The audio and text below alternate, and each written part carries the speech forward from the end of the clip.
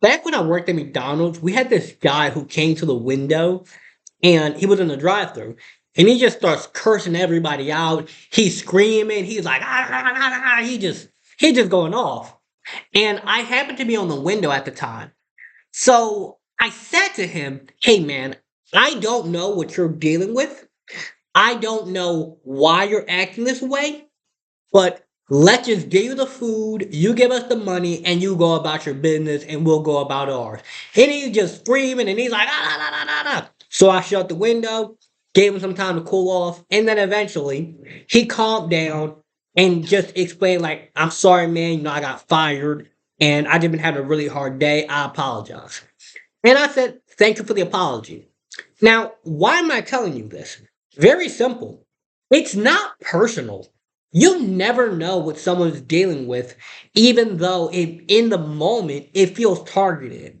Because I could have very easily made the assumption that, oh, he must not like me because of this.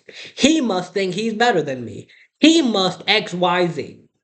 And it's not personal. He doesn't know me.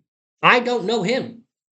But in our head and in the moment, we allow our emotions to rule us, and we will think that someone's behavior, like the behavior of a complete stranger, is somehow personal to us. And that's what we're going to be talking about today. Welcome. This is episode 4 of Empowerment Hour. Yep, it's episode 4. And today we're going to be talking about is it's not personal until someone tells you that it is. Because there will be situations in life where someone flat out explicitly tells you that I'm doing this because I don't like you. That's possible. It happens sometimes.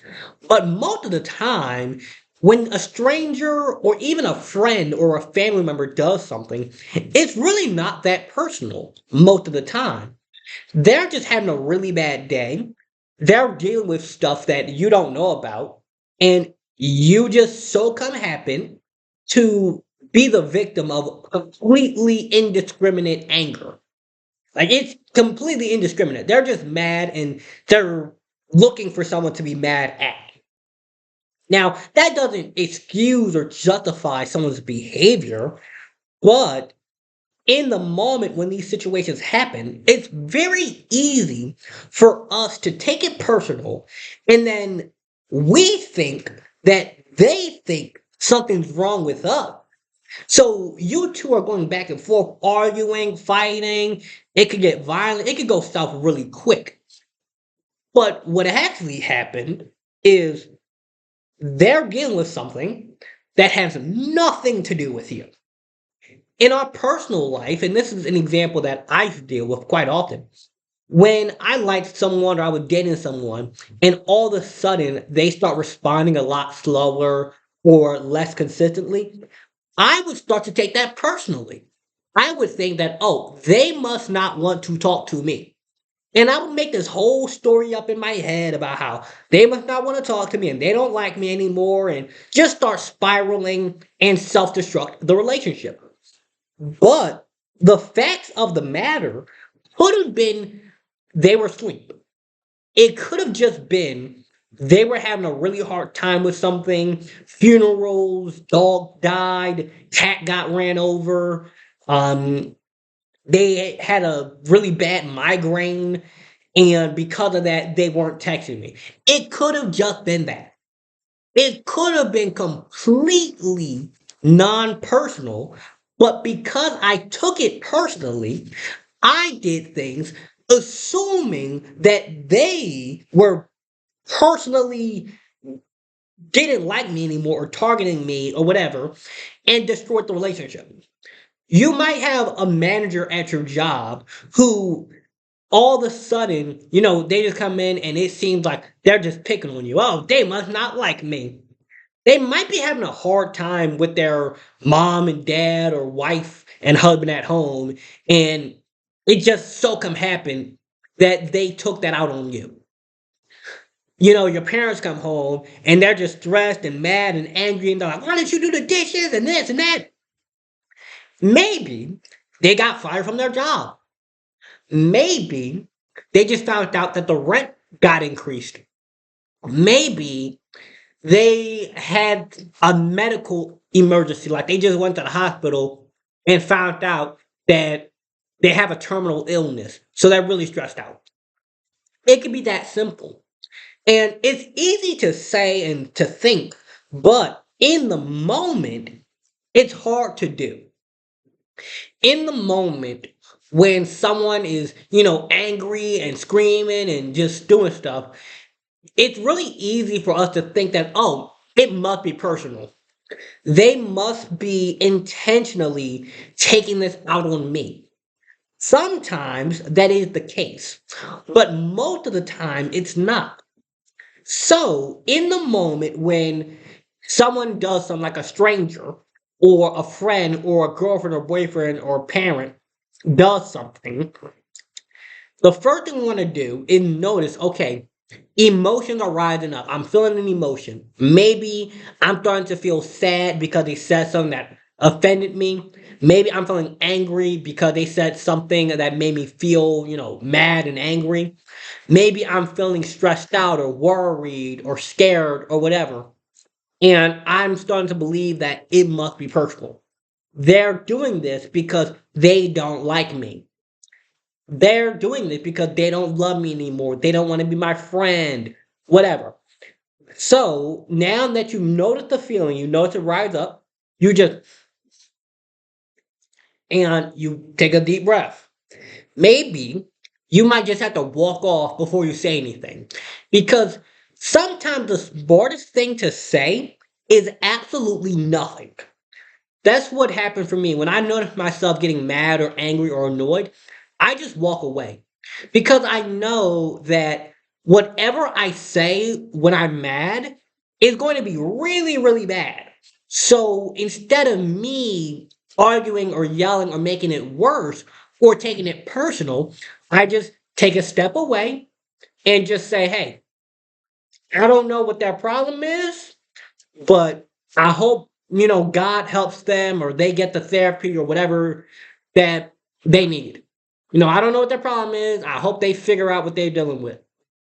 And you also want to be aware to allow yourself some grace because you don't have to be perfect. Everyone slips up from time to time. But what's most important is to remind yourself that, hey, it's not that personal. Even something such as I've had people tell me that they don't like my hair or they don't like the way I dress or how I talk. That's not personal. Yeah, they said something personally about me, such as I don't like your hair. I don't like your voice. I don't like you. That is a personal thing. I don't like you. But the reason why isn't personal. The reason why they don't like my hair isn't because of me. It's just their own personal biases, the way that they might make assumptions about people with dreadlocks. Maybe it could be anything. But you and me too, like all of us, it's really easy for us to, jump to these immediate conclusions. But the problem with that is that most of the time, our assumption is wrong. You might assume that somebody doesn't like you or that they're being mean or that someone looks at you funny like a stranger because of your skin color. It could be, that's an assumption you could make. And it's possible that that's true, but it's also possible that they might have never seen somebody with your hair before. It's also possible that maybe they think you're really handsome or cute, but they just don't know how to say that. Like, because it's kind of odd to walk up to somebody and be like, wow, you're just so handsome. It's kind of strange to do that. So they might be looking at you in a good way, or they might wonder where you got your outfit from. It could be millions of things.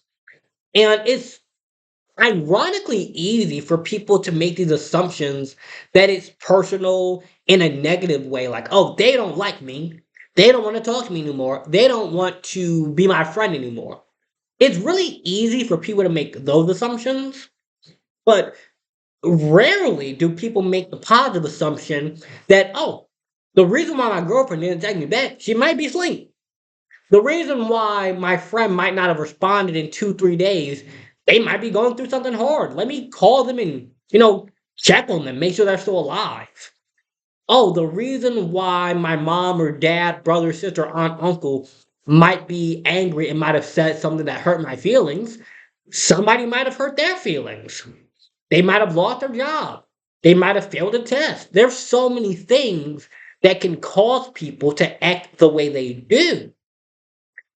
And it's almost never personal. Like, it's almost never personal how someone treats you. And until proven otherwise, remind yourself that it's probably not personal. I know it's hard to do. Trust me, I do. But the more you do this, the more that you catch the thought, you notice the emotions, and it's probably not that personal. It's probably not personal. The easier it becomes to not start spiraling and going off the deep end. Because once that train goes on the bad track, once it starts going down and down, and oh, they're not talking to me. They must not like me anymore. They must be cheating on me. That's how people start thinking. But maybe they're asleep. Maybe their phone broke. Maybe they don't have signal. Oh, but if they like me, then they will find a way. Yes, it's possible. That can be true. However, you don't know until you know. And because it's not personal, because you have to remind yourself that my assumption is not true until proven true. That will help you to not keep taking everything so personal. You also have to be aware that when you take things personal, you're giving it power. You're giving your power to the belief and the thought that this person must not like me because they didn't text me back. Possible, but does that assumption benefit you in any possible way? No, it doesn't. So, until proven otherwise, do your best to just assume it's not personal. And it's not personal until they explicitly tell you that it is. Until they start calling you, derogatory terms and they're just making it personal, assume it's not. And by doing that, you're able to have more compassion for people. So I do get angry, I do get mad sometimes, but it's a lot less than I used to because when people say and do things that I would have taken personally, I remind myself it's probably not personal. I don't know what may have caused that person to start cursing me out. I don't know what caused it. I don't know if I did something. I don't know if I said something, but it's probably not personal. They might have just gotten broken up with. They might have lost their job. They might have failed a test. They might have got fired. They may have been expelled out of school. I don't know. And by assuming that it's not personal, it makes it a lot less stressful. It makes it a lot less stressful when people say things or do things that would upset me because by reminding myself it's probably not personal, I don't take it so personal. That's the message of this video. It's very simple and easy to explain and understand, but in those moments, it can be hard to do. So each time you do it, it gets easier. It's like a pattern that you build. And over time, you start to create this pattern of assuming it's not personal, while most people assume that it is. So, if you assume that everything personal, someone looks at you, oh, they must not like me. They must not like me because of my skin or my hair. Whereas someone looked at me, a person looked in my direction. They might not have even looked at me. They might have just looked to the left and I was standing on the left. Oh no, they're staring at me. Well, there is also a sign right there, so they could be reading it. Oh, but no, they're staring at me. They might like your outfit. Oh no, but they're staring at me. They might really like your hair. You never know. Nothing's personal until someone explicitly tells you that it's personal. I hope you guys got value from this episode. Make sure you like the episode, subscribe to both the Spotify and my social medias and YouTube channel, and have a wonderful, blessed, lovely day. If you're looking for my books, coaching, or any other resources, you can find those in the description. Have a good one.